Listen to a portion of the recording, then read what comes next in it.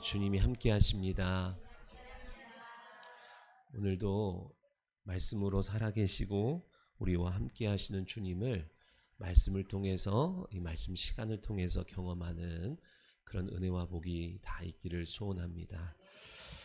은혜가 있는 자리이기 때문에 시험도 있는 거예요. 도전도 있는 거거든요. 오늘 여러분이 은혜를 받으려면, 은혜를 얻으려면 천국은 침노한 자의 것이라 그랬어요. 그냥 입을 벌리고 있다고 떨어지는 것이 아니라 빼앗기지 않고자 하는 사모함이 있어야 되고, 내가 말씀을 받고자 하는 그 사모함이 있는 자에게 하나님이 더 크게 얻어가게 하시겠다고 약속하신 거예요. 오늘 저와 여러분의 영혼 가운데에 약속하신 은혜가 충만하게 임하는 복 있는 예배, 복 있는 말씀의 시간이 되기를 소원합니다. 우리 다시 한번 인사해 볼까요? 강하고 담대하십시오. 네, 우리 주님이 함께 하십니다.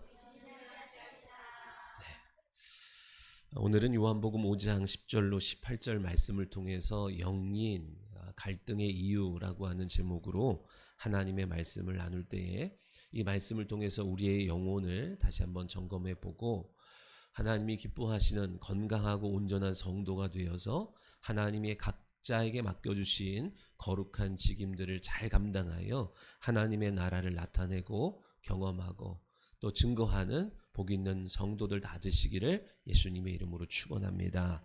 영린이라고 하는 것은 중국의 사상가였던 한비자의 글에서 유래한 거예요. 한 번쯤은 들어봤을 거예요. 거꾸로예요. 생긴 비늘이라는 거거든요. 영린이라고 하는 것은 용의 목 아래에 있는 비닐이 다 한 방향으로 있는데 거기만 거꾸로 되어 있대요. 근데 원래 용이 사람이 길들이면 타고 다닐 수 있는 온순한 짐승인데, 평소에는 온순하고 좋은데 그 영린, 거꾸로 생긴 비닐을 지적할 때, 말할 때 대노해서 그 지적한 사람을 반드시 죽인다라는 말로 이제 유래된 거예요. 그래서 군주에게, 왕에게는 이런 영린이 있기 때문에 왕을 설득하는 과정에서 그 영린을 건드리지 않고 설득할 수 있는 것이 실력이다. 그래야만 출세하고 그것이 성공할 수 있는 길이다는 거예요. 근데 현대적인 의미로서는요, 단순히 윗사람, 왕의 심기를 건드리지 않는 데만 쓰이는 것이 아니라 영린은 지위 고하를 막론하고 우리 모두에게는, 어린아이나 노년의 어른이나 다 각자 예민한 부분이 있다는 거지요. 그죠? 동의하시지요?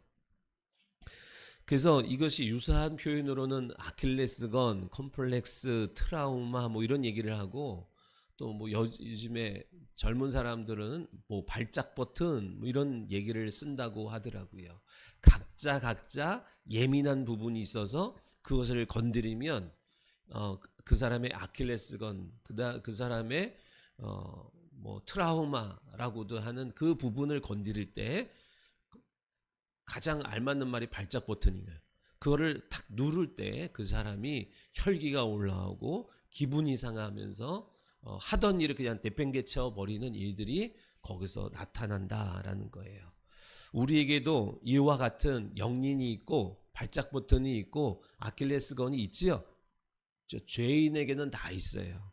그래서 항상 그 말을 들으면, 그런 상황이 벌어지면, 그 전까지는 참 괜찮아. 그런데 그 말을 들으면, 다른 말은 다 괜찮은데 그 말을 들으면, 다른 상황은 다 괜찮은데 그런 상황만 도래하면 못 보던 그런 모습들이 나타나고 드러나는 경우들을 보게 되는 거예요. 그래서 어떻게 됩니까? 확 혈기가 올라오고 분을 내고 그러면서 하던 일, 진짜 중요한 게 뭐예요? 하나님이 우리에게 맡기신 일, 그거 올 스톱 돼버리는 일들이 벌어지는 거예요. 그래서 우리가 사회생활을 하다 보니까 어떤 일이 벌어져요? 서로 영린이 뭔지를 알아. 그러다 보니까 늘 노심초사 조심조심 돼야 합니다. 근데 여러분, 상처가 많은 사람은요, 영린이 하나가 아니야. 영린이 도처에 깔려 있어요. 지뢰밭처럼 깔려 있어요. 그러다 보니까 더 조심스럽지요. 우리가 나를 돌아보는 이 시간이 되길 바라요. 여러분, 관계가 넓지 않다? 내 안에 영린이 많은 거거든요. 내 안에 영린이 많아서 스스로 아파서 관계를 좁게 하든지, 영린이 많아서 막 화를 내고 짜증을 내고 감정 기복이 막 심하면 다른 사람들이 불편해서 다가오지 못하든지, 그래서 관계가 한정되어 있는 우리의 모습을 발견해야 됩니다. 그런데 일반적으로는 서로 어쩔 수 없이 사회생활을 해야 하기 때문에 상대방의 영린을 잘 피해서 건드리지 않으면서 조심조심 대하는데, 재미난 것은 성령 하나님은 꼭 건드리신다는 거예요. 그걸 다른 말로 하면은 성령의 조명이라고도 하고, 성령께서 말씀의 메스를 내 영린에 댄다라고 하는 거예요. 우리처럼 피하지 않고 못 본 척 않고 못 들은 척 하지 않고 지나치지 아니하세요. 성령께서는 근데 어디서요? 어디서? 아무 데서나 성령께서 그렇게 일하시지 않고 진리의 말씀이 선포되어지는 공식적인 현장에서 일하신 줄 믿으시기 바라요. 성령께서 왜 그냥 덮어두고 못 본 척하고 넘어가지 아니하시고 그것을 조명하시고 그것을 거기에 말씀의 메시지를 대시는 이유가 뭐예요? 우리를 온전케 하시기 위함인 거예요. 사랑하는 성도 여러분, 말씀을 듣는 중에 여러분 불편한 것이 있다면 하나님께서 우리를 온전하게 건강하게 세워가고자 하시는 일인 줄 믿으시기 바랍니다. 왜냐하면 온전케 하기 위함이고, 또 하나 왜 그러냐면 겉에는 상처라고 표시되어 있지만 그곳이 실상은 마귀의 집이고 마귀가 일하는 방식이기 때문에 그래요. 영린이라는 거, 나의 상처라는 거, 건드리면 발작하는 버튼이 있지만 그것이 우리는 나의 상처니까 건들지 마 이렇게 말하지만 그 이면에는, 표지판에는 상처 건들지 말아주세요 이렇게 말하지만 그 이면엔 누가 살고 있어요? 그건 마귀의 집이에요. 여러분의 상처 그거 고이고이 품고 살지 말라 얘기예요. 누구도 여러분의 상처에 그렇게 눈물 흘려줄 사람 없어요. 부모면 좀 안타까워하지만 그거를 애지중지 싸고 돌면요 안 돼요. 그 이면에는 마귀가 거기에 집을 짓고, 그리고 마귀가 일하는 방식이 그와 같아요. 마귀는요 우리의 영린을 통해서, 상처를 통해서 죽이고 빼앗고 멸망시키려고 합니다. 열매 맺지 못하고 쓰임 받지 못하도록 방해하는데, 이 영린을, 상처를, 트라우마를, 발작 버튼을 시도 때도 없이 누르는 거예요. 열매가 무르익어 가야 되는데, 그래서 잘 무르익어서 소출이 돼야 되는데 무르익기 전에 그 발작 버튼을 눌러서 떨어뜨리고, 믿음이 성장할 때쯤 그 앞에서 그 발작 버튼을 눌러서 받은 은혜를 싹 쏟아버리게 만드는 일들을 마귀는 그 영린, 그 상처, 그 트라우마라고 하는 거기서 일하고 있다는 거예요. 그러나 성령께서는 우리를 온전케 하시기 위해서 그 영린의 메스를 대시는 거예요. 그 영린의 빛으로 조명하시는 거예요. 믿으시면 아멘. 아픈 건 같아요 여러분. 그러나 결과가 다른 거예요. 믿으시면 아멘. 성령께서는 우리를 살리시기 위해서, 온전케 하기 위해서, 쓰임받아 더 풍성한 삶을 영위하게 하기 위해서 오늘 우리의 내면을 조명하시고 말씀의 칼을 대셔서 우리로 하여금 자유케 하시는 줄 믿으시기 바랍니다. 유대 사회에 가장 존경받던 사람들, 인정받던 사람들, 참으로 인자하고 자비로워서 모두들 우러러 보던 사람들이 누구였어요? 바리새인들과 사두개인이었어요. 그들은 늘 인자하고 자비롭고 여유가 많았어요. 평소에 인상 쓰는 법이 없어요. 장로님 평소에 인상 안 쓰죠? 아마 장로님 같았을 수도 있어. 그러니까 조심해야 돼. 왜냐하면 그들은요 율법의 안식일을 잘 지켰기 때문에 사람들로부터 의롭다 인정하고 칭찬받고 부러움을 받고 살았기 때문에 여유가 했고 넉넉했고 자비로웠고 막 그랬어요. 그런데 평소에 그렇게 자비롭고 인자하던 바리새인들과 사두개인들이 예수를 박해하는 거예요. 여러분, 박해라는 말을 핍박이라는 말도 쓰는데 단순히 괴롭힌다의 정도가 아니라 이게 히브리어 원어를 보면 라다푸, 그런데 추격하다, 뒤쫓다는 거예요. 사냥꾼이 사냥감을 집요하게 뒤쫓아요. 뭐 하려고? 그냥 몰고 다니는 거야? 아니요. 집요하게 추격하고 뒤쫓아서 잡아서 뭐 하는 거예요? 결국 죽이고자 하는 거거든요. 그게 박해예요. 그냥 기분이 나쁘다고 조금 건드리는 정도가 아니라 박해라고 하는 것은 죽이겠다는 각오로 달려가는 거예요. 누가? 그 인자하고 사랑 많고 자비로웠던 바리새인들과 사두개인들이 한 번도 못 봤던 그런 모습들이 예수 그리스도께서 등장하시고 나서 어느 순간 처음엔 괜찮았는데 어느 순간부터 이 예수를 죽이겠노라라고 하는 결연한 의지와 다짐으로 합심하여 누가? 바리새인뿐만 아니라 사두개인들, 서기관 그룹, 헤롯 땅, 평소에는 등지고 살았던 사람들이 다 한마음 한뜻이 되어서 예수를 죽이자는 데 동일한 마음을 품고 달려가는 모습을 보게 됩니다. 근데 바리새인들과 사두개인들이 진짜 죽이려고 했겠어요? 죽이려고 했죠. 진짜로 죽이려고 했어요. 근데 여러분 보세요. 죽이고자 하는 것, 죽이려는 것은 뭐예요? 그거는 이적이에요. 그것도.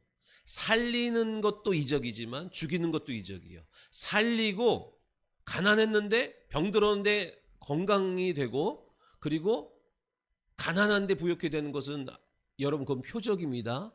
무슨 표적? 하나님이 그와 함께하고 있다는 표적이에요. 믿으시면 아멘.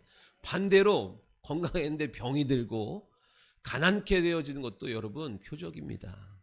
마귀의 표적이에요. 마귀가 일하고 있다는 표적이에요. 안식일은 살리려고 하는 거예요? 죽이려고 하는 거예요? 안식일을 제정하신 하나님은 이 안식일을 통해서 우리에게 안식을 주고자 제정했지만 지금 역사하고 있어요. 죽이려고 하는 역사는 사람이 아니라 그 이면에 지금 그 속에서 누가 역사한다는 거예요? 마귀가 역사하고 있다는 이적이에요. 죽이려고 하는 거. 여러분 누구 죽이고 싶은 마음 들 때 가끔 있죠? 미운 사람 있어요. 그거 지금 누가 내 안에서 역사하고 일하고 주장하고 있다는 증거예요? 마귀예요. 그것이 이적이에요. 이적, 표적은 신기한 일이 벌어진다는 얘기가 아니라 지금 이 일을 통해서 누가 일하고 있다는 것을 우리에게 보여주고자 하는 때 표적이라고 하는 거예요. 그들 속에 마귀가 일하니까요. 그게 그 얼굴에 그대로 드러나는 거예요. 그 마음을 감출 수 없어요. 여러분, 얼굴을 얼꼴이라고 해요. 내 영혼의 상태를 반영해 주는 게 얼굴이에요. 그 여러분 얼굴엔 여러분 책임져야 되는 거예요. 아이고 얼굴이 귀신 같아요. 마귀 할멈 같아요. 도깨비 같아요. 그러면 안 돼. 그리스도인들이 최소한 부처님 같아요. 차라리 나. 또 여기만 또 듣고 또 이상하게 또 하면 안 되지만 여러분 얼굴에 책임지셔야 돼. 믿으시면 아멘. 가인이 아벨을 죽이려고 할 때요. 뭐부터 바뀌어요? 분하여 안색이 변하니라 그래요. 마음이 분하여 그 속에서 불이 끓어올라서 안색이 변했다 그래요. 그러니까 얼굴은 내 안의 색을 그대로 나타내 주는 거예요. 분하다라는 말이 하라, 히브리어로 하라인데 불이 붙다 타오르다거든요. 또 하나가 얼굴을 고개를 숙이다예요. 화를 주체하지 못하면 여러분 어떤 일이 나타나요? 시선을 피해요. 지금 열이 받았어. 그래서 하나님과 시선을 맞춰야 될 가인이 시선을 돌려버렸어. 고개를 숙였어. 그리고 속에서 이 끓어오르는 거절감에 대해서 막 씩씩거리는 거예요. 가인의 발작 버튼을 눌렀다 이게. 누가? 아벨이 눌렀어요? 아니에요. 우린 자꾸만 혈과 육, 사람이 눌렀다고 생각을 해요. 그러나 실상은 사단이 눌러요. 그래서 하나님이 그 일을 하고 아시고 가인한테 말씀하지요. 가인아 어찌하여 분하여 안색이 변하니. 죄가 너를 원하나 너는 죄를 다스려라 그래요. 지금 죄가 네 문 앞에서 너를 다스리려고 너를 원하고 있는데 너 이거 거절해야 돼.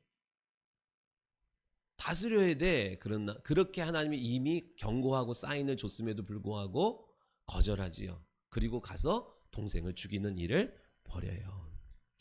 이게 무슨 이적이라고요? 마귀의 이적이에요. 그럼 왜 그토록 인자했던 바리새인들이 사두개인들이 이렇게 거칠게 변했냐는 거예요. 그들의 영린, 그들의 발작 버튼을 눌렀기 때문에 그런 거겠죠. 그죠? 무엇이냐면 오늘 세 가지가 있어요. 하나는 안식일의 문제. 안식일을 범했다라는 문제가 그 전까지는 괜찮았어요. 조금 마음속에 감춰놓고 시기하고 질투함이 있었지만 이때로부터 본격적으로 드러내놓고 예수님을 죽이고자 하는데 안식일의 문제와 자기가 하나님의 아들이라고 하는 것, 그 말은 곧 하나님이라는 얘기예요. 그리고 여기에 나와 있지 않지만 요한복음 2장에 성전을 허물러라 내가 사흘 만에 세우리라 라고 하는 그 말씀을, 그 예수님의 말씀 때문에 이 바리새인들과 사두개인들이 발작했어요. 발작. 그래서 오늘은 그 중에 이제 안식일의 문제거든요. 안식일의 문제. 안식일의 시작이 어디예요, 여러분? 배운 사람은 알죠. 창세기 2장에 보면 하나님이 천지를 창조하시고 제7일째 날에 안식하셨다라고 말씀하지요. 6일 동안은 우리의 육체를 위하여 일하시고 7일째는 안식하셨다. 네? 왜요? 피곤해서 안식하신 거예요? 그렇지 않아요. 우리가 영적 존재이기 때문에 우리의 영혼을 위하여 일하는 날로 하나님이 이 7일째를 사용하신다는 거예요. 믿으시면 아멘. 그래서 이 날을 복되게 하시고 거룩하게 하셨대요. 일곱째 날을 복되게 하시고 거룩하게 하셨다. 즉 이 날을 통하여 우리의 영혼에 복을 주실 뿐만 아니라 우리의 영혼을 거룩하게 하시기로 작정하신 날이 7일째 안식일이라 얘기예요. 그래서 이때 모든 영적 존재들은 창조주 하나님을 기억하는 거예요. 창조하신 하나님의 창조 사역을 바라보고 이 일을 이루신 하나님을 찬양하고 경배했어요. 그때 모든 영적 존재의 영혼에는 안식이 임하고 평강이 임하는 거예요. 믿으시면 아멘. 더불어 여러분, 창조 사역을 기억하고 기념한다는 말은 하나님이 여러분 창조할 때 지우야, 창조할 때 목적 없이 창조한 거 없지요. 무엇을 만들든지 목적을 갖고 만들어요.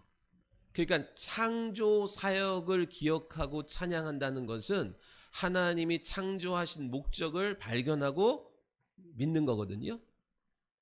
그러니까 안식일에 7일째 안식하면서 창조주를 기억하고 찬양하고 경배한다는 이 말 속에는 하나님이 나를 왜 창조하셨는지, 무엇 때문에 창조하셨는지를 알고 믿고 나가는 거예요. 그때 안식이 있어요. 자, 예를 들면 이런 거죠. 우리 이제 고등학생들이나 대학생들 안식이 없어. 왜? 난 이 다음에 어떤 직업을, 난 어떤 일을 하면서 살아야 되지? 어떻게 해야 될지 모르니까 이제 불안하지요. 근데 어떤 사람은 나는 이 다음에 어떤 직업을 갖고 뭘 할 거야 라고 하는 것이 탁 세워진 사람은 좀 안식이 있어. 평안해. 그죠? 왜? 내가 뭘 하면서 살아야 될지를 아는 사람은 두렵질 않아. 그러나 아직 내가 무엇을 하고 살아야 되는지를 모르면 불안함이 있는 것처럼 하나님이 나를 어떤 목적으로 창조하셨는지를 아는 사람은, 기억하는 사람은, 기념하는 사람은 마음에 안식이 있는 거예요. 여러분, 왜 여러분을 이 땅에 창조하시고 보내셨어요? 엄마 아빠가 실수로 난 거예요? 부모님은 그렇게 말할 수 있어. 그러나 하나님은 절대로 실수가 없으신 분이에요. 여러분을 이 땅에 오게 하는 것은 그냥 어쩌다 보니까 태어난 것이 아니라 목적과 이유를 갖고 여러분을 이 땅에 보내신 줄 믿으시기 바라요. 그거를 모르면 마음에 안식이 없어. 그러나 그 사실이 믿어지고 깨달아지고 알아가면 알아갈수록 여러분의 영혼 가운데 참된 안식과 평강이 생기게 될 줄 믿으시기 바랍니다. 창세기 2장 이후에 안식일에 대한 말씀이 어디서 또 나오죠? 시내산에서 10계명을 주실 때, 받을 때 나와요. 네 번째 계명이 안식일 계명이에요. 이제 여기서는 아예 계명으로, 율법으로 딱 정해서 주시는 장면이 나와요. 그래서 이스라엘 백성들은 소극적으로는 이 안식일 날 아무 일도 안 하고 있었고, 적극적으로는 창조주 하나님을 기억하면서 그 하나님이 행하신 일들을 기념하면서 지냈어요. 그렇게 거룩해졌다 얘기예요. 여러분, 오늘 이 자리는 안식을 넘어 안식이 완성되었다는 것을 증거하는 주일인 줄 믿으시기 바랍니다. 그러나 동일한 역사, 더 큰 역사가 오늘 있는 거예요. 이 시간을 통하여서 하나님이 우리의 영혼 가운데 행하신 일들과 행하실 일들을 기대하고 소망하면서 예배하는 거예요. 뭘로? 믿음으로. 그때 여러분의 영혼에 생명이 들어가고 안식이 임하고 거룩하게 되는 줄 믿으시기 바랍니다. 다시 말해서 예배는요, 왕을 아련하는 자리예요. 그래서 왕에게 영지를 받는 자리다 얘기예요. 여러분이 한 주간 행한 모든 일들을 딱 들고 나가서 왕에게 허락받고 이제 여러분의 것의 소유가 되어지는 도장 찍히는 날이 오늘 이 거룩한 주일이란 사실이에요. 야베스의 기도처럼 복에 복을 더하사 우리의 지경을 넓혀 주옵소서 했던 것처럼 내 삶의 지경이 넓어지는 자리가 이 주일 예배의 자리인 줄 믿으시기 바랍니다. 이 날보다 하나님을 더 가까이 갈 수 있는 시간은 없어요. 물론 하나님이 임마누엘, 내 안에 성령으로 임하여 계시지만 이것을 잘 이해해야 되는데 여러분이 개인적으로 집에서나 차에서나 하나님을 찾고 기도할 수 있어요. 그러나 공식적으로 이 주일 예배보다 하나님과 더 가깝게 친밀하게 나아갈 수 있는 시간과 장소는 없어요. 그래서 이 시간이 소중한 시간이 된다는 사실을, 무엇과도 바꿀 수 없는, 소홀히 여길 수 없는 시간이라는 것을 믿으시기 바래요. 이거는 믿음만큼이에요. 여러분이 적당히 믿은 사람은 적당할 것이고, 이것을 진짜 영혼 가운데 믿음과 계시로 들어온 사람은 누가 말리든 뭐하든 이것을 지키고 사수하는 거예요. 믿으시기 바랍니다. 그래서 안식일 계명은요, 6일째까지는 뭐예요? 6일째까지는 창조주 하나님을 일하면서, 삶의 현장에서 창조주 하나님을 일하면서 창조주 하나님을 기억하면서 일하는 거예요. 예은아, 6일 동안 학교에서 학원에서 뭘 하는 거예요? 공부하는데 창조주 하나님을 기억하면서 공부하는 거예요. 그리고 7일째 날은 뭐 하는 거예요?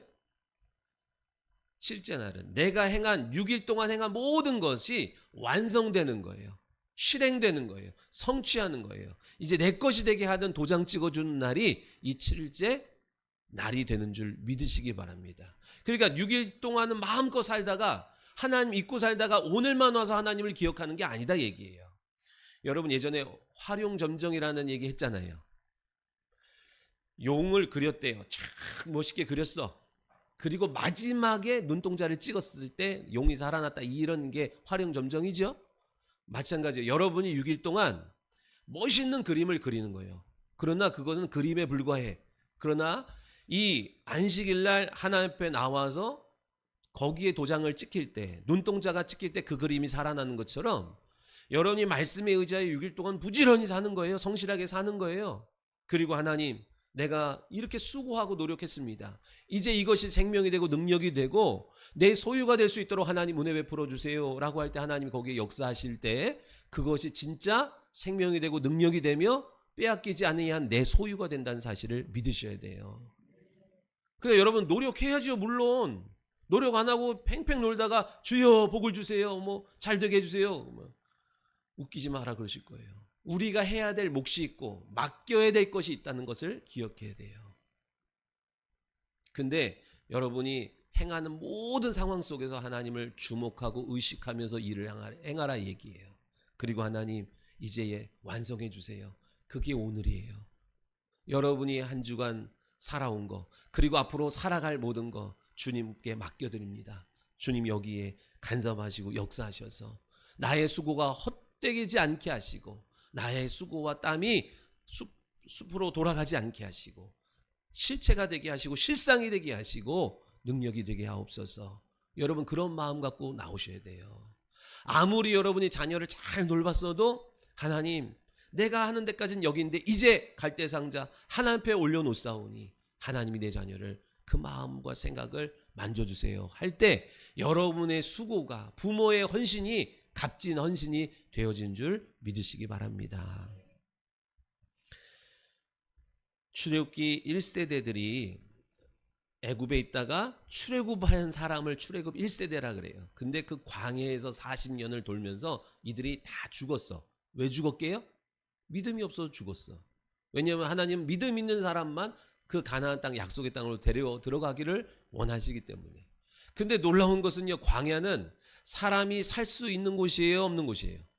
죽기는 쉬워도 살기는 어려운 곳이에요. 사람이 죽어나가기는 쉽지만 태어나기는 어려운 곳인데 60만 명, 남자 20세 이상의 남자들이 다 죽었어. 근데 신명기 민수기 보니까 뭘 나와 있어요? 다시 그대로 60만 명이 거기서 태어났어요. 죽는 거 쉽다니까요. 그러나 60만 명이 그대로 태어났다는 하나님의 일하심의 증거를 그들이 보지요. 그러면서 출애굽한 2세대들, 이제 여기서 태어난 사람들, 그리고 이제 가나안 땅을 바라보고 들어가려고 하는 그 출애굽한 2세대들에게 하나님께서 다시 십계명을 주세요. 다시. 원래 십계명이 있는데 이제 보완해서 거기다 주세요. 우리 신명기 5장 15절 있어요. 같이 한번 읽어볼까요? 시작.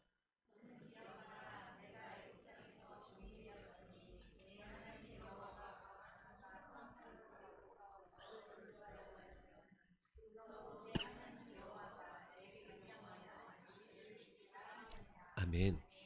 십계명이 두 곳에 나와요. 출애굽 20장에 나오고 신명기 5장에 나와요. 출애굽 1세대들에게 주었던 건 출애굽기 20장이고 그 다음에 신명기 5장은 출애굽한 2세대들에게 다시 보완해서 주시는데 업그레이드 돼서 주어지는 거예요. 출애굽기 20장에서는 무엇을? 창조주 하나님을 기억하는 거예요. 그러면서 안식을 얻는 거거든요. 그런데 이제 무엇이 더 들어왔냐면 애굽 왕 바로의 손에서 너희를 구원하신 하나님을 기억하라는 말씀이 들어와요. 그것이 안식일 날 행할 일들인 거예요. 첨가가 된 거예요. 그래서 여러분 요한복음 17장 3절에 알죠? 영생은 유일하신 참 하나님, 창조주 하나님을 기억하는 것과 그가 보내신 자 예수 그리스도를 아는 것이라. 그가 보내신 예수 그리스도께서 우리의 죄를, 바로라고 하는 것은 예표예요. 마귀, 애굽이라고 하는 것은 세상을 의미하고 그 애굽왕 바로 세상 임금 마귀로의 손에서부터 죄에서부터 우리를 구원해 내신 것을 기억하라 이 얘기예요.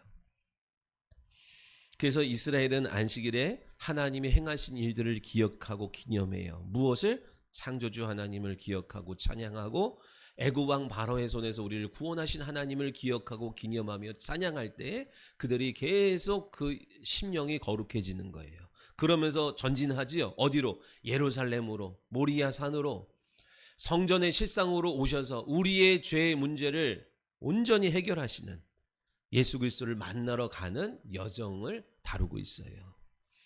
이제는 우리가 안식일의 주인이 오셔서 안식일이 완성됐죠. 유대인들이 그토록 지켰던 안식일은 미완성이었는데 예수님이 오심으로 말미암아, 예수님이 왜 오셨어요? 안식주로 오셨어요. 그래서 그분이 오셔서 십자가에서 죽고 부활하심을 통하여 인류의 영혼의 안식이 모두에게 허락되었어요. 다만 믿음을 갖고 취하는 자가 그 안식을 얻고 누리는 거예요. 누구 하나 예외 없이 모자람이 없어요. 온 인류가 다 안식을 누릴 만한 안식을 예수 그리스도께서 이미 이루어 놓으셨어요. 그러나 떠먹여 주진 않아요.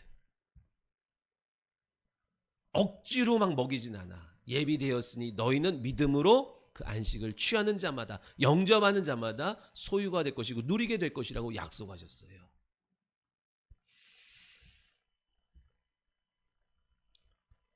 자, 말씀으로 믿음을 얻고 믿음으로만, 여러분 보세요. 안식을 잃어버린 때가 언제예요?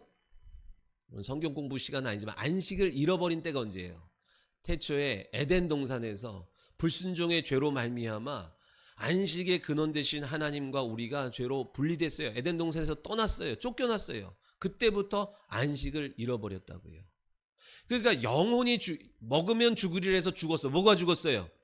우리의 영이 죽었어. 영이신 하나님을 이해하고 바라보고 기억할 수 있는 영이 죽었기 때문에 이제는 하나님을 기억할 수도 없고 기념할 수도 없어서 무엇을 줬어요? 말씀을 줬어요. 말씀으로. 그 말씀이 믿음되어 하나님을 알 수 있는 유일한 통로가 이제 말씀을 주신 거예요. 여러분 왜 말씀을 오늘 또 들어요? 이 말씀이 아니고서는 믿음이 안 되고, 믿음이 안 되고서는 믿음의 주에 온전케 하시는 하나님을 여러분 경험할 수 없기 때문에 듣는 거예요. 그럼 어떤 말씀이에요? 어떤 말씀을 줘서 아담과 하와가 떠날 때 어떤 말씀 줘 보냈어요? 여자의 후손이 와서 너에게 안식을, 인류에게 안식을 빼앗은 그 뱀의 머리를 밟음으로 말미암아 다시 참된 안식 줄 거야. 너희는 그것을 믿고 그 안식 주러 오실 분을 바라봐라 하는 말씀 주시고 보냈다 얘기예요. 그래서 그 말씀, 여자의 후손에 대한 그 약속의 말씀을 나타내기 위해서 예수님이 뭐 하셨어요? 공생의 기간 내내 안식일 날, 다른 날 해도 되는데 꼭 안식일 날 병을 고치셨어요. 귀신을 내쫓으셨어요. 진정한 안식을 얻게 하셨다 얘기예요. 뭐를 나타내려고? 나 능력 많어, 이걸 나타내려고 하는 게 아니라 예수님은 항상 뭘 나타내셨어요? 하나님의 모든 말씀을 나타내러, 그 말씀이 이루어졌다, 이루어져 가고 있다는 것을 우리 가운데 보여주시기 위해서 계속 움직여 일하시는 거예요. 내가 안식일의 주인이다. 봐라. 안식 주러 올 여자의 후손에 대한 너희들 약속 있지 않냐? 그 약속 실행하고 나타내기 위해서 내가 지금 이 일하고 있는 거 안 보이냐? 그런데 계속 뭐라 그래요? 성경에 보면 하나님, 인간에게 이런 능력을 주신 하나님 대단하신데요. 그러고 말아요. 예수가 그냥 인간이 아니라 여자의 후손으로 오셔서 인류의 모든 안식을 회복시켜 주러 오신 분이라는 사실을 사람들이 못 봐요. 예수님은 안식일을 완성하기 위해서 어떻게 하셨어요, 여러분? 안식일 전날 십자가에서 죽으시고 어디 들어가셨어요? 안식일 날? 무덤에 들어가셨어요. 무덤에 들어가서 뭐 하셨어요? 3년 반 동안 너무 힘드는데 좀 며칠 쉬자. 그리고 누워 계셨어요? 아니요. 인류의 모든 죄를 담당하시고 무덤에 장사 지내고 예수 그리스도께서는 부활하셨어요. 모든 죄를 장사 지냈다는 증거로 부활하셨어요. 믿으시면 아멘. 그래서 안식이 완성되었다는 사실을 믿으시기 바랍니다. 그러니까 이제 안식이 완성되었고 이 땅에 내려왔다는 거예요. 이게 여러분 저번에 그랬죠. 이게 기사라니까요. 기사가 이미 내려왔어요. 모두에게 죽어도 남을 만큼 넉넉한 안식이 인류 가운데에 들어왔다. 다만 믿는 자가 가져가는 거예요. 아무리 많아도 믿음 없으면 못 가져가는 거고, 내가 과거에 어떻게 살았더라도 그 믿음이 오늘 내 안에 들어와서 그 안식을 믿음으로 취하는 사람은 설령 나보다 더 윤리도덕적으로 못났고 악하고 손가락질 받았던 사람이다 할지라도 믿음만 있다면 그 하나님이 예비하신 안식을 받아 누리게 하시더라는 거예요. 여러분, 오늘 하나님이 여러분에게 안식 주길 원하세요. 무엇에 두려워하니? 이 두려워하는 것을 당연히 여기면 안 돼요. 물론 들어와서 놀랄 수는 있고 당황할 수는 있으나, 아니야, 내가 있잖아, 내가 예비했단다, 내가 인도할 거야, 내가 공급해 줄게, 두려워하지 마. 안식의 음성이 들려야 될 줄 믿습니다. 그런데 바리새인과 사두개인들은요, 안식일에 일하는 것을 못 참아요. 그죠? 견디지 못해요. 왜요? 지금 그들은 어디에 아래에 있다는 증거예요? 그게 율법 아래에 있다라는 증거예요. 사단이 내 안에 있는 율법의 버튼을 눌러대기 시작하는 거예요. 그러면 여러분, 사단이 내 안에 있는 율법의 버튼을, 그러니까 여러분, 우리는 지금 무슨 싸움에 대해요? 여러 가지 싸움이 있지만 그 중에 하나가 율법의 버튼을 제거하는 거. 율법의 버튼을 또 다른 말로 뭐 하는지 아세요? 그거 상처예요. 상처, 정죄감, 죄책감, 이런 거 있죠? 원망, 불평, 이런 거 다 율법의 버튼과 같은 거거든요. 율법의 버튼을 딱 사단이 내 안에 있는 율법 버튼 누르면은 어떤 신호와 작동이 나타나는지 아세요? 우선은 원망이 나오고 불평이 나와요. 정죄가 나와요. 예? 그리고 내 눈에 있는 들보는 안 보이고 남의 눈에 있는 진짜 찾아보기도 어려운 그 티를 기가 막히게 찾아내는 신비한 능력이 나타나요. 여러분, 율법을 잘 지켜도 안식을 얻어요. 그러나 오래 못 가요. 율법을 잘 지켰다는 것으로 순간 안식이 잘 지켰네. 그러나 얼마 못 가요. 여러분이 율법에 묶여서 주일 성수를 하잖아요. 빠지면 안 돼, 두려워, 이러면 무슨 큰일 나면 어떡해, 뭐 안 되면 어떡해, 이런 두려운 율법적 마음을 갖고 주일에 예배로 나오면 그래 오늘 예배 드렸다. 그리고 돌아가면서 이미 이제 여러분 마음에는 안식을 또 뺏겨요. 금방 참소가 따라오기 때문에 그래요. 그런데 아무 공로 없이 안식을 누리는 자들을 이제 보게 되죠. 누가? 바리새인들과 사두개인들이 딱 보니까 자기들은 율법의 열심으로 그 열심을 지켜서 의롭게 되고 안식을 얻으려고 하는데 어떤 아무런 율법적 노력도 열심도 없는 사람들이 그 안식을 얻는 것을 보는 거예요. 여러분, 안식은 기억하세요. 안식은 자기 공로로 받는 게 아닙니다. 내 공로로 받으려는 게 율법적인 거라는 얘기예요. 예수 그리스도의 공로를 힘입어서 내 영혼의 안식이 임하는 거지, 내가 오늘 1시간 기도했더니 오늘 주일날 내가 아침부터 저녁까지 교회에서 막 여러 가지 일을 했으니 안식을 얻을 수 있어, 이런 생각을 하면은 여러분 붙들린다 얘기예요. 예수님의 공로로 안식을 얻는 사람들 보니까 나는 뭐 쎄 빠지게 일해가지고 뭐를 얻었는데, 어떤 사람은 거저 누가 이렇게 주는 거 보면 여러분 속상하지, 열받죠. 그거 같은 거예요. 바리새인들과 사두개인들은 철저히 율법과 안식일과 11조 생활과 그 철저히 지켰어요. 그래서 오는 그 잠깐의 안식으로 또 사람들의 칭찬으로 살았는데, 아무 공로도 아무 열심도 없던 사람들이 누구의 공로로? 예수의 공로로 참된 육체와 영혼의 안식을 얻는 걸 보니까 용납을 못하는 거예요. 바리새인들은 율법을 온전히 지키지도 않아요. 율법을 적당히 지켰다 얘기예요. 그들은, 바리새인들과 사두개인들은 보는 데서만 지키고 안 보는 데서 안 지켰어요. 율법을 온전히 지켰으면 어떤 효과가 나타난다 그랬어요? 율법을 잘 복용한 효과가 나타난다 그랬어요. 율법을 잘 복용한 효과가 뭐예요? 정죄의 효과가 나와요. 정죄. 그죠? 그래서 율법을, 안식일을 잘 지켜서 율법을 잘 지켰어. 근데 율법은 613개인데 안식일 하나만 잘 지켜서 되지를 않아. 612개도 안 돼. 613개를 일주일도 아니야. 계속 잘 지켜야 돼. 근데 잘 지킬 수 있는 사람이 있어요, 없어요? 없어요. 그래서 잘 지키면 잘 지킬수록 뭐를 깨달아요? 못 지키는구나. 왜 못 지켜요? 죄인이구나. 이거 어떡하지 할 때 누구를 만나게 된다고요? 그 죄의 문제를 해결하실 예수를 만나게 되어 있어요. 그것이 율법을 주신 목적이에요. 이유예요. 근데 바리새인들은 겉과 속이 다르다 얘기해요. 보는 데선 잘 지키는 것 같고 잘 지키는 척하면서 거룩하게 있지만 보이지 않는 곳에서는 범하고 살았다 얘기해요. 그러다 보니까 그들 안에 율법의 효과가 나타나요, 안 나타나요?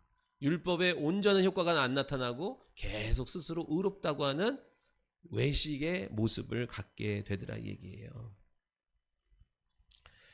근데 안식일 문제는 진짜 누구의 영린일까요, 여러분? 바리새인의 영린이에요? 아니요, 마귀의 영린이에요. 안식, 요한계시록 12장 9절에 큰 용이 내쫓기니 옛뱀 곧 마귀라도 하고 사단이라고도 하며 온 천하를 꿰는 자라 그래요. 안식일의 문제는 마귀의 영린이에요. 에덴 동산에서 뱀을 사주하여서 아담과 모든 인류에게 안식을 빼앗는 것이 마귀의 목적이었고 성공했어요. 그래서 안식이 없는 인류가 안식 찾아서 막 여기저기 헤맬 때 이런 종교, 이런 문화 문명의 쾌락, 향락, 미끼를 던지면서 야, 여기 안식이 있어, 이리 와. 그래서 사람들을 다 낚아채가지고 자기 종으로 부리고 살았다 얘기예요. 약물에 빠지고 중독에 묶이게 했어요. 그래야만 이 고단한 인생에서 죄의 문제에서 끊임없이 올라오는 이 죄성 앞에서 자기를 어떻게 붙들 안식이 없기 때문에 이 사람을 만날까 저 사람을 만날까 막 여기저기서 막 그렇게 해보지만 안식이 없다 얘기예요. 근데 여러분 마귀도 알거든요. 사단도 알아요. 태초에 신적 작정이 있었잖아요. 마귀의 뱀으로 범죄한 이후에 하나님이 이 마귀를 내쫓으면서 어떤 작정을 하셨어요.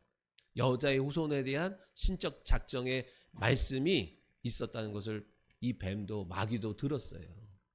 안식을 주러 오실 여자의 후손이 있다는 사실을 알았기 때문에 마귀는 계속 이 땅에서 무엇을 추구하겠어요? 율법으로 안식을 얻어라, 율법을 추구하며 안식을 얻어라 막 꼬시고, 아니면 세상의 문화 문명과 거짓된 이념과 종교로 안식을 얻게 막 꼬셔댔는데, 진짜 안식을 주실 분이 온다는 말, 그죠? 안식을 이루어가는 소리에 이제 그것이 가장 발작하는 버튼이 됩니다.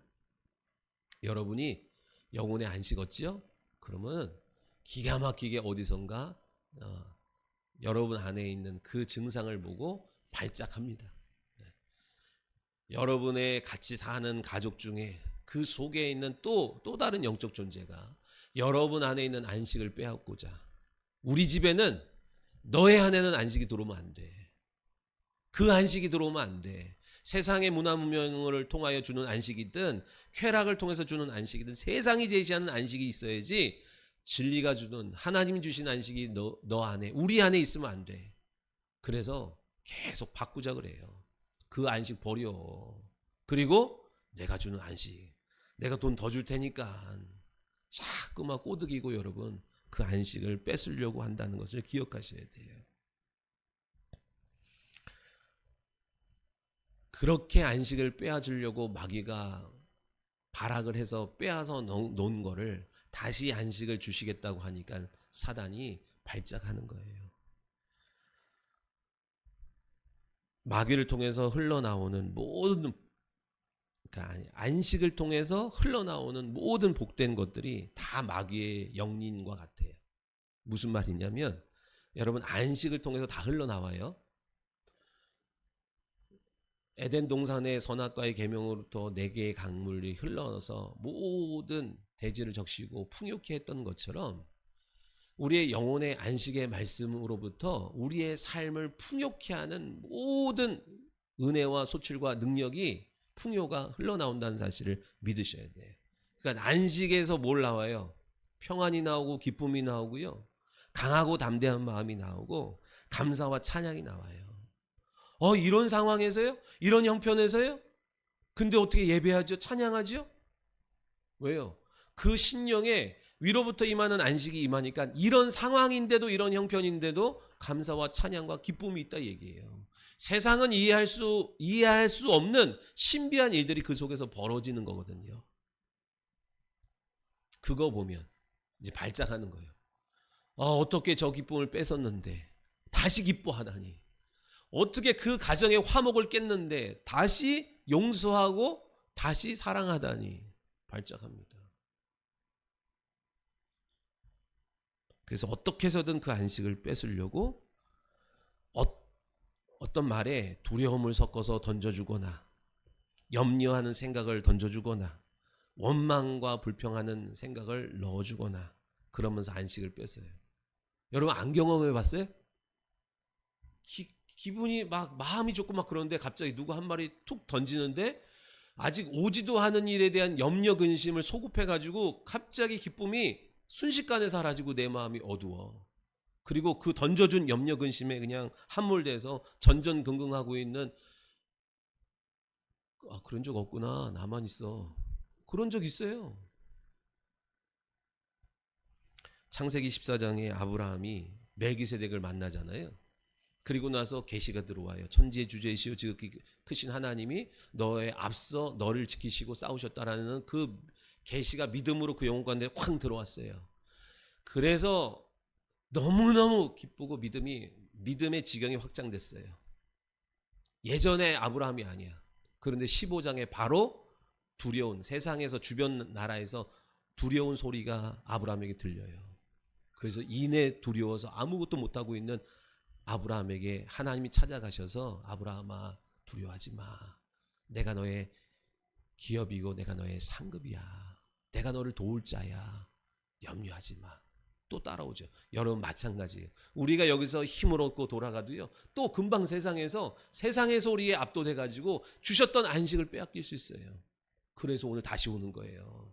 그래서 새벽에도 오는 거예요. 그래서 수요일도 오는 거예요. 그 안식으로만 나가야 승리한다는 사실을 경험한 사람은 바빠서 못 와요. 피곤해서 못 와요. 그걸 논할 수가 없어요.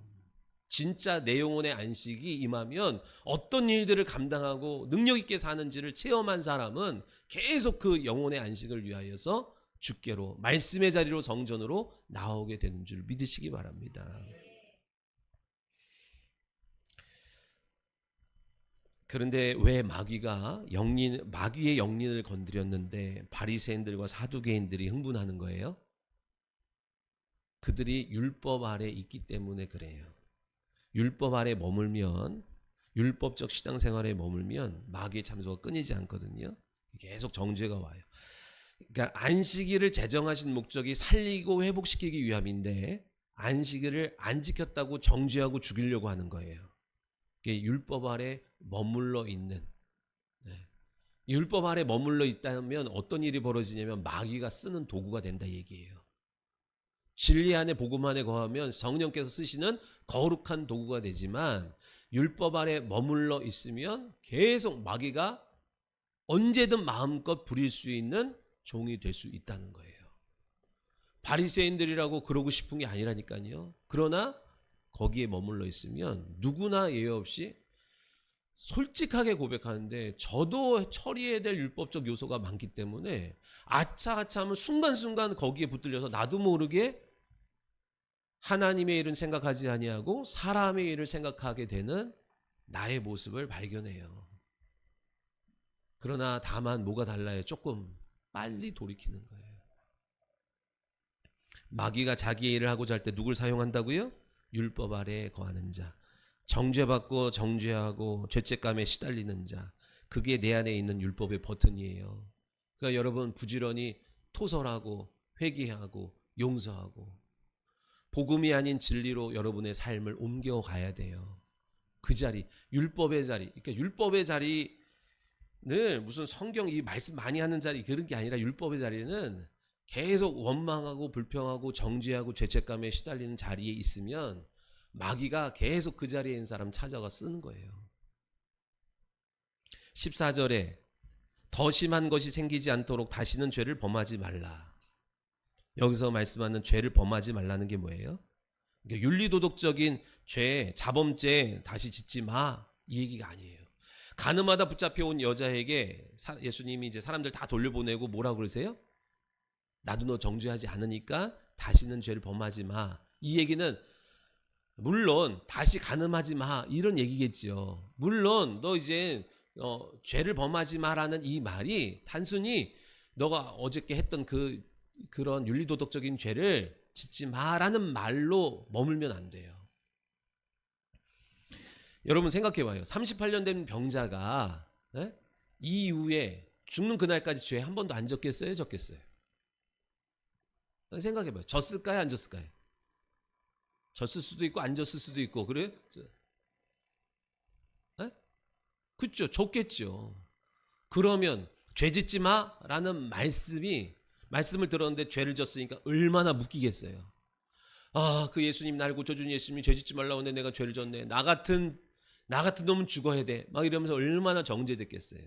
그런데 예수님이 다시는 죄를 짓지 말라는 그 말씀은 무슨 말씀이에요? 다시는 죄를 범하지 말라는 거는 죄 가운데 머물러 있지 말라 얘기예요. 죄는 누가? 예수 그리스도께서 우리의 모든 죄를 다 담당하시고 해결하셨다 얘기예요.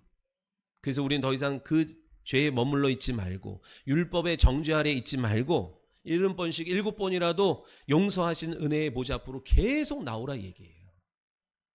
설령 여러분 죄 지으라는 말이 아닌데 죄를 안 지으려고 했지만 연약해서 죄를 졌다 할지라도 또 범죄했다 할지라도 그래서 염치가 없고 양심에 찔려서 에덴 동산의 그늘에 숨고 싶다 할지라도 그게 죄 가운데 머무는 거라고요. 아우 전 양심에 찔려서 아우 염치가 없어서 그냥 못 나가겠어요. 그거는 죄 가운데 머물러 있는 거예요. 우리가 죄 지음으로 하나님이 속상하겠지요. 그러나 더 속상하신 건 뭘까요? 죄 가운데 머물러 있는 거예요. 죄책감 안에 머물러 있는 거예요. 네? 거기에 머물러 있는 것을 하나님은 더 아파하시는 거예요. 70번씩 7번이라도 그 이상이라도 내가 용서해 줄 테니까 자유함을 줄 테니까 너 나와라 얘기예요. 믿으시면 아멘. 그러니까 사람들이 이걸 또 오해해서 어떻게 해요? 나 하나님이 용서하셨어. 사람들한테 막 여러분 그러니까 이거는 속죄죄와 속건죄를 이해 못하면 이런 일이 벌어지는 거예요. 하나님과 내 사이의 문제는 하나님 앞에 해결하면 끝나는 거지만 내가 나의 연약함이 행동으로 드러나서 다른 사람에게 상처를 주면 하나님께 용서받은 것으로는 안 돼요. 그 사람한테 사과해야지. 용서를 구해야지. 이해를 받아내야지. 그때까지는요. 여러분 그렇게 나 용서받아서 자유하면요. 그 사람은 더 염장을 지르는 거예요. 그거는 하나님 말씀 모르는 사람이라 얘기해요. 그러나 여기서 말씀하는 거는 죄를 범하지 마라고 하는 것은 죄 지으면 너 죽어 이 얘기가 아니라 혹여라도 또 넘어진다 할지라도 은혜의 보좌 앞으로 끊임없이 무한대로 용서하시는 하나님 앞으로 나와서 그 죄에 묶이지 마라라는 말씀인 줄 믿으시기 바랍니다. 우리가 율법 아래 양심 아래 상처 아래 묶여 있으면요 마귀는 신나가지고 발작 버튼은 계속 눌러대는 거예요. 두려움의 버튼, 염려의 버튼, 미움의 버튼, 정죄의 버튼, 오해의 버튼, 자존심의 영린을 계속 건드려서 여러분 괴로운 삶 살게 합니다. 그래서 바울이 히브리서 10장에 그러므로 형제들아 우리가 예수의 피를 힘입어 성소에 들어갈 담력을 얻었다. 이제 죄책감이나 두려움에 묶이지 말고 예수 공로 의지해서 은혜의 보좌 앞으로 담대히 나아가자 말씀하는 거예요. 여러분 나오세요. 네? 그 죄와 죄책감의 자리에 묶여있지 말고 여러분 뭘 이렇게 의롭다고 염치불구하고 나와야지요. 양심에 찔려도 나와야지요. 그래서 하나님 앞에 자유를 얻으려고 해야지요. 내 자리를 들고 가라 그러죠. 예수님께서 원래 안식일에 뭘 들고 가면 안 돼. 그게 일이야. 근데 노동이 되기 때문에 안 되는데 근데 굳이 안식일날 사람들 보는데 바리새인들 보는데 자리를 들고 가라. 갈등의 요소를 예수님이 시키세요. 왜요? 38년 동안 머물렀던 그 자리가 어떤 자리야? 명당 자리요? 뭔 죄를 많이 지어가지고 저렇게 오랫동안 병들어 있냐? 정죄받던 자리죠? 죄책감에 시달리던 자리죠? 그러면서 내 팔자야 그러면서 원망불평하던 자리죠? 네. 그런데 이제 병에서 자유케 되고 죄에서 자유케 되니까 그 자리를 치우라는 거예요. 피해의식, 원망, 상처, 스스로 영린이라 여기던 거, 용서하지 못하는 거, 트라우마다 하는 거, 나 여기 건들지 마 이렇게 하는 거 그거 자랑스럽게 여기지 말고 치워버리라 얘기예요. 남겨놓지 말라 얘기예요. 여러분 저나 여러분이나 다 익숙한 게 좋아요. 그죠? 익숙한 자리로 돌아가는 거예요. 우리 사모가 잠옷을 뭘 사줘요. 그래도 늘 촌스러운 옛날 그 수원교에서 준 그 빨간 티 있어요. 뭘 사줘? 왜? 다 익숙한 거예요. 편한 거예요. 비유가 좀 적절하지 않았나? 여러분 우리는 다 나도 모르게 뭐가 있어요? 원죄의 습성으로 자꾸만 움직여 간다니까요. 애굽을 떠났는데도 자꾸만 애굽을 그리워하는 거예요. 38년 그 괴로웠던 그 자리 안 갈 것 같지요? 그 생각에 그토록 오래 묶여 있다 보니까요. 조금만 뭐 하면 그때 그 감정 기분대로 생각하고 말하는 게 반사적으로 우리 가운데 나와요. 여러분 그것도 주님 앞에 들고 나가셔야 돼요. 그리고 처리받기를 원하셔야 돼요. 그대로 놓고 여러분이 상처받으면 안 돼. 그 자리를 너무 귀하게 여기면요. 여러분 다시 돌아갑니다. 다시. 주님이 그렇게 해결해 놓으셨는데 주님 또 십자가 지게 만드는 일이 벌어진다 얘기예요. 우리에게 옛 자리는 없어야 돼요. 하나님이 저와 여러분에게 주시는 새로운 복된 영광의 자리가 예비되어 있기 때문에 그 38년 일생 동안 상처로 두려움으로 염려로 미움으로 증오로 묶여있던 그 자리 여러분 들고 가세요. 들고 가라니까 또 어디다가 쟁겨놓지 말고 갖다 버리시라 얘기예요. 그리고 이제 주와 함께 동행하는 복 있는 하루하루 다 되시기를 예수님의 이름으로 축원합니다. 기도하겠습니다.